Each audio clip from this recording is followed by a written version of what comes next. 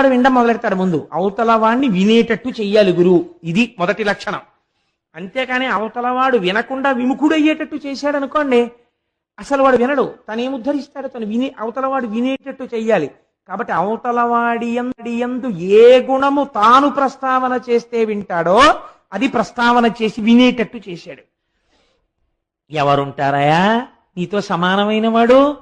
ఒకటి జగమందు ఎందునైనను అబ్బెబ్బెబ్బే నీతో సమానమైన వాడు ఎక్కడున్నాడయా అన్నట్లో గుర్తొచ్చింది. వినుము, ఆ హిరణ్యగరి జ్ఞప్తికి వచ్చే అప్పుడే జ్ఞాపకం వచ్చినట్టు మాట్లాడుతున్నాడు. నాకు నువ్వు అలా అంటే గుర్తొచ్చింది, మేరు పర్వతం ఉందయ్యోయ్ గొప్పది. ఎందుకు గొప్పది? ఇప్పుడు నేనే అనుకుని సంతోషంగా ఉన్నాడు. ఆ జ్ఞప్తికి వచ్చే హేమపర్వతం ఒక్కటి కలిగే ఒక బంగారు పర్వతం ఒకటి ఉంది, అదే మేరు పర్వతం.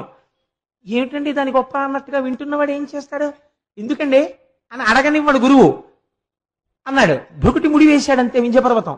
వెయ్యగానే కారణం చెప్తున్నాడు. నీకు లేదని చెప్పడు, వాడికి ఉందని చెప్పాడు. ఏది చెప్పాడు? నీకన్నా ఐశ్వర్యం ఎక్కువ ఉంది, నీకన్నా ఎన్ఎస్సి సర్టిఫికెట్లు ఉన్నాయి, నీకన్నా ఫిక్స్డ్ డిపాజిట్లు ఉన్నాయని చెప్తే గురువు ఏమిటి? వాడికి ఏమి ఉన్నాయో తెలుసుకోవడానికి ఆ గురువు గారు. వాడికి ఎంత ఐశ్వర్యం ఉంటే వీడికి ఎందుకు? ఎన్నడూ తనతో సంబంధమున్న వారి ఐశ్వర్యమును గురించిన ఆలోచన గురువుకుండా రాదు. ఆయనకి ఎంత ఉన్నా ఆయన ఇంకా ఉన్నతిలోకి రావాలని ఆశీర్వచనం చెయ్యండి. అవతల వారి ఐశ్వర్యం గురించి నీకెందుకు? నువ్వు గురువు అయితే వాళ్ళ ఆధ్యాత్మిక ఉన్నతి గురించి ఆలోచించు. వాళ్ళని నువ్వు ఎంత బాగా వృద్ధిలోకి తీసుకొద్దామని ఆలోచించు. అంతవరకు ఐశ్వర్య సంబంధం నీకేమిటి మధ్యలో అసలు?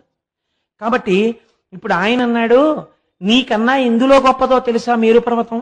నవగ్రహంబులా ఘనగిరికిన్ ప్రదక్షిణమిగా నడుచున్ పలు మాటలేటికిన్.